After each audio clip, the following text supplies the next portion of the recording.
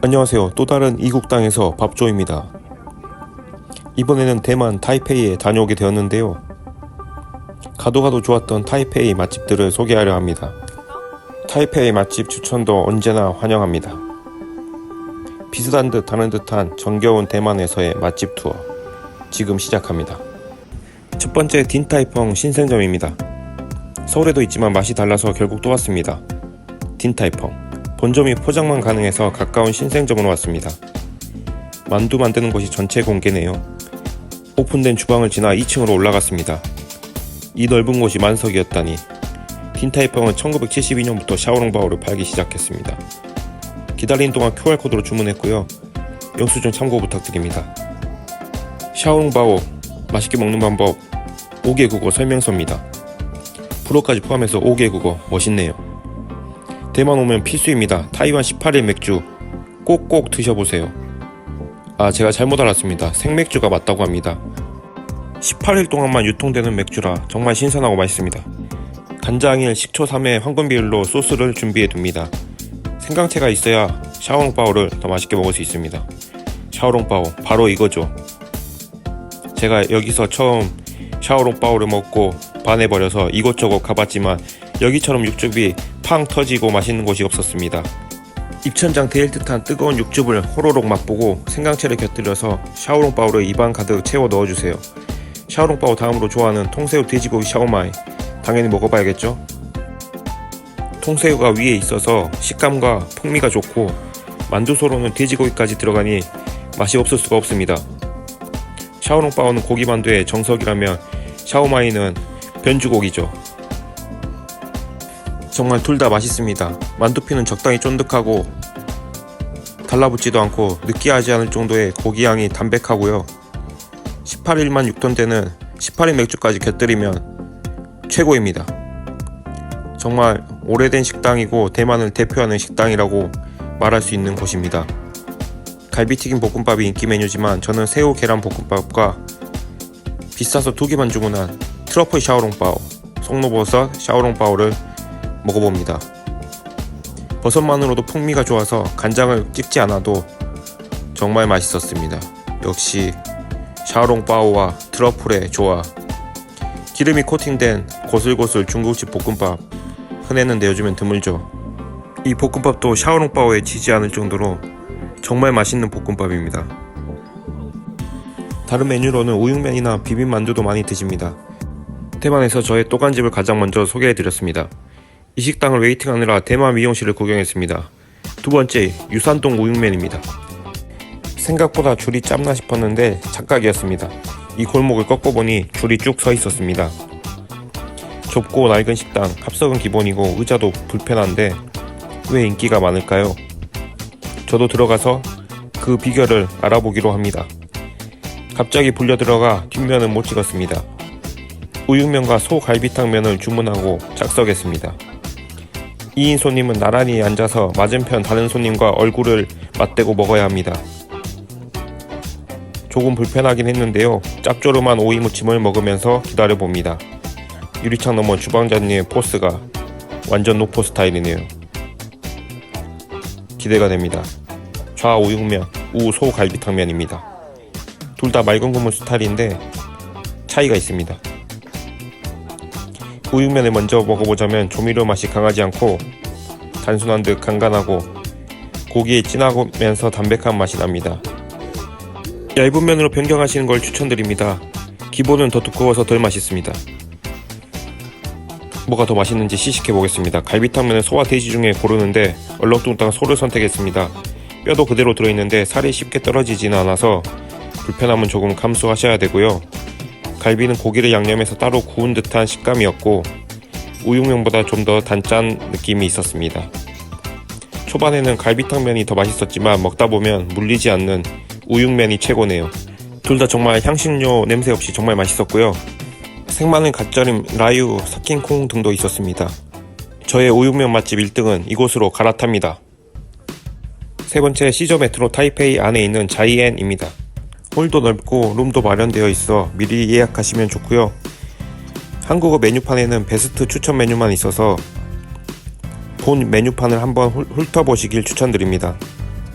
제가 비싼 식당 소개는 더 신중한 편인데 여기를 빼기가 영 아쉬워서 넣게 되었습니다. 한국 분들도 많이 오셔서 리뷰를 찾아보면 추천 메뉴도 많습니다. 제가 시킨 메뉴들입니다.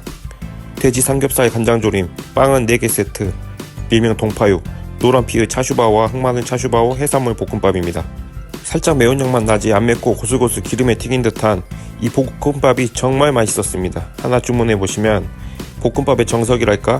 기름과 불과 웍질의 삼박자가 딱입니다. 중간중간 튀겨진 밥알이 씹힙니다. 새우도 계속 보이고요. 그리고 이게 요물입니다. 여기 동파육을 진짜 잘합니다. 대만에서 유명한 동파육 집을 가봤지만 여기가 1등입니다. 최고의 동파육입니다. 정말 입안에서 녹더라고요. 파채를 더해 번가와 함께 먹으면 완벽합니다. 이게 천국이죠. 삼겹부위라 비계가 꽤 있지만 느끼하지 않고 쫀득합니다. 동파육은 이 집으로 정착하시면 됩니다. 흑마늘 차슈바오는 통통한 만두 3개나 나왔고 식기 전에 먹으면 육즙이 나오면서 흑마늘이 풍미를 확 올려주네요. 마늘이 들어간 만두는 많이 못 본 것 같아 주문했는데 정말 이것도 맛있었습니다. 식으면 덜 맛있으니 바로 드세요. 차슈바오도 역시 아는 맛이지만 안 시키면 섭섭합니다. 이것도 정말 맛있네요. 동파육 덮밥 대신 볶음밥으로 흉내만 내보았고요. 번만 추가할 수도 있지만 배가 불러서 번을 여러 번 쪼개서 알뜰하게 먹었습니다. 정말 여긴 동파육이 최고였습니다. 샤오마이 간장은 따로 요청해야 주신다는데 동파육 소스로 대신했습니다. 볶음밥과 동파육은 무조건 시키셔야 됩니다. 어느 것 하나 남길 수 없이 맛있게 잘 먹었습니다. 비싼 음식들만 소개해서 실망하셨나요? 대만 가성비 맛집들도 준비되어 있습니다. 가보시죠. 네 번째, 산미식당입니다. 오랜만에 재방문했는데 여전히 사람들이 많습니다. 한국 1호점을 시작으로 6곳이나 오픈했지만 현재 한국은 모두 철수했습니다. 하지만 대만에서는 여전히 번창 중인 산미식당이고요. 5년 만에 재방문했습니다. 우아보다는 오오 정도의 느낌. 산미식당의 오징어 초밥과 연어 초밥입니다. 포장하면 간장 소스를 셀프로 뿌려야 하는데 맛이 균일하지 않아서 저는 매장을 선호합니다. 초밥만 시키기에는 아쉬워서 닭과 관자꼬치도 주문했습니다. 첫 방문 때 운 좋게도 웨이팅 없이 입장했었는데 생각보다 대왕이 아니라서 만족도가 보통이었는데요. 대왕 연어의 폼이 돌아왔네요. 크고 두툼합니다. 연어값 올라서 한국에서는 대왕 연어 구경하기 어려운데 오징어도 쫀득하니 맛있게 먹었습니다. 특별하지 않아도 웨이팅이 심하지 않다면 가성비는 충분히 좋은 듯합니다. 연어를 많이 좋아하는 게 아니라면 꼬치류, 구이류, 볶음밥 다른 메뉴를 곁들여도 괜찮을 것 같습니다. 저는 솔직히 연어를 별로 안 좋아하는데 여기 연어초밥은 굉장히 맛있게 먹었습니다. 꼬치류도 굉장히 맛있었는데요. 여기는 소스의 장인인 것 같습니다. 회가 정말 큽니다. 식당 한 곳에서 배불리 먹기보다는 이곳저곳에서 적당히 골고루 먹어보는 게 대만 맛집 여행의 묘미가 아닐까 싶습니다. 셀프로 장국을 꼭 챙겨 드시고요. 다음 맛집으로 이동합니다. 5번째, 아종면선입니다. 여기 왜 이렇게 깨끗해졌죠? 가게 오른편에서 주문하고 왼쪽으로 가면 일회용 그릇에 곱창국수를 담아주십니다. 곱창국수는 둘이서 하나를 나눠 먹는 게 베스트더라고요. 대만은 먹거리가 많아서 배를 아껴두면 좋습니다. 가게 앞에 한쪽에 3가지 소스가 준비되어 있고요. 1대1대1 비율을 추천해 주시던데 오리지널 먼저 드셔보시고 입맛에 괜찮으면 절반 먹고 소스를 넣어보세요. 오리지널도 맛있고 소스를 넣어도 맛있습니다. 대부분 서서 드시는데 대만 왔으니 대만식으로 먹어본다 생각하고 먹으니 서서 먹는 건 문제되지 않았습니다. 고수 안 좋아하는 사람도 고수 넣은 채로 잘 먹었습니다. 둘이서 작은 사이즈를 먹었는데 적당하게 좋았습니다. 배 많이 고프시면 둘이 대 아니면 소 추천합니다. 갓소부시 베이스에 면이 퍼져서 걸쭉한 느낌도 있는데 죽처럼 숟가락을 이용해서 마시다시피 먹으면 됩니다. 시먼딩 오신다면 추천드립니다. 아니 무슨 가게인데 이렇게 줄을 선 거죠? 그냥 인도에 테이블 펼쳐놓고 드시는 게 무엇일까요? 미슐랭이 인정한 맛집, 웨이팅이 장난 아닌 이곳 6번째, 일갑차 찬음입니다. 한국인이 가장 많이 먹는 버거, 돼지 조림밥과 생선 완자탕입니다. 루로우판이라고도 하네요. 생선 비린 맛이 없고 샐러리 향이 은은하게 나는 깔끔한 국물입니다. 특별한 맛은 아니지만 다른 메뉴와 합이 좋았습니다. 대만에서 비싼 동파육보다 더 만족했다는 리뷰도 있던데, 일갑자 찬음의 돼지고기 조림밥, 일명 동파육 덮밥입니다. 은은한 단짠이고요. 고급 버전과 비교하면 안되지만 가격 대비 만족도 최상입니다. 담백한 단짠 돼지고기에 질리지 않게 오이를 곁들이며 한 그릇 뚝딱 가능입니다. 두부 돼지고기 오이를 밥과 함께 먹으면 진짜 맛있습니다. 밥 먹고 완자탕 먹고 하다보면 물릴 새 없이 계속해서 숟가락질을 하고 있었습니다. 대만식 버거도 많이 드시던데 찐빵 느낌의 고기와 땅콩가루 조합 때문에 호불호가 갈리더라고요. 리뷰 보시고 결정하시면 될 것 같습니다. 저는 버거를 먹어보질 않아서 궁금합니다. 웨이팅만 심하지 않다면 매일 조식도 가능할 것 같습니다. 밥 한 톨, 국물 한 방울도 남기지 않고 다 먹었습니다.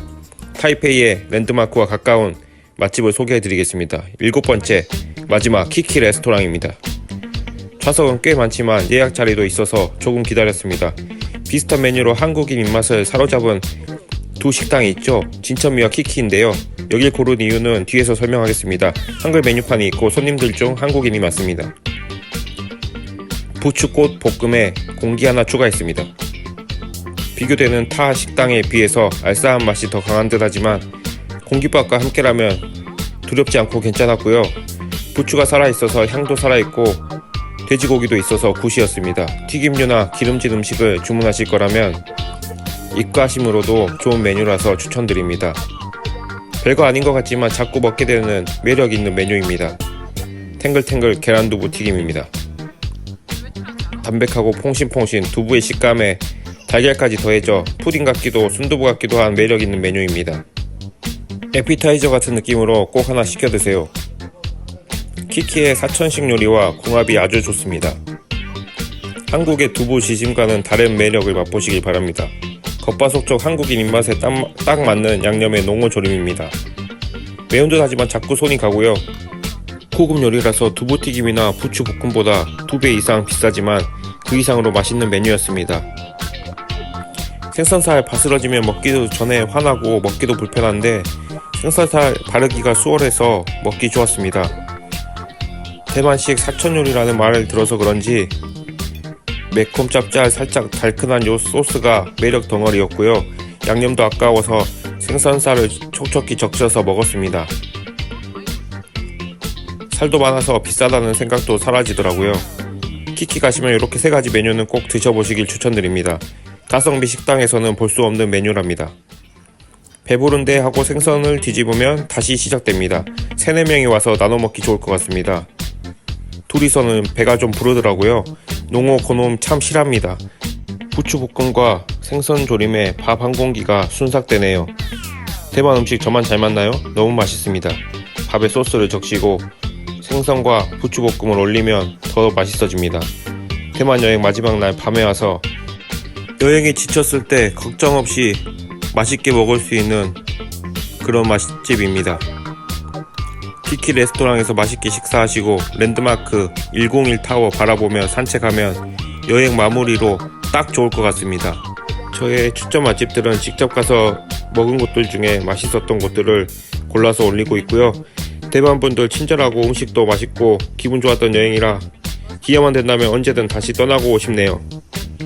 다양하게 열심히 먹어보고 또 다른 맛집 영상으로 돌아오겠습니다. 감사합니다.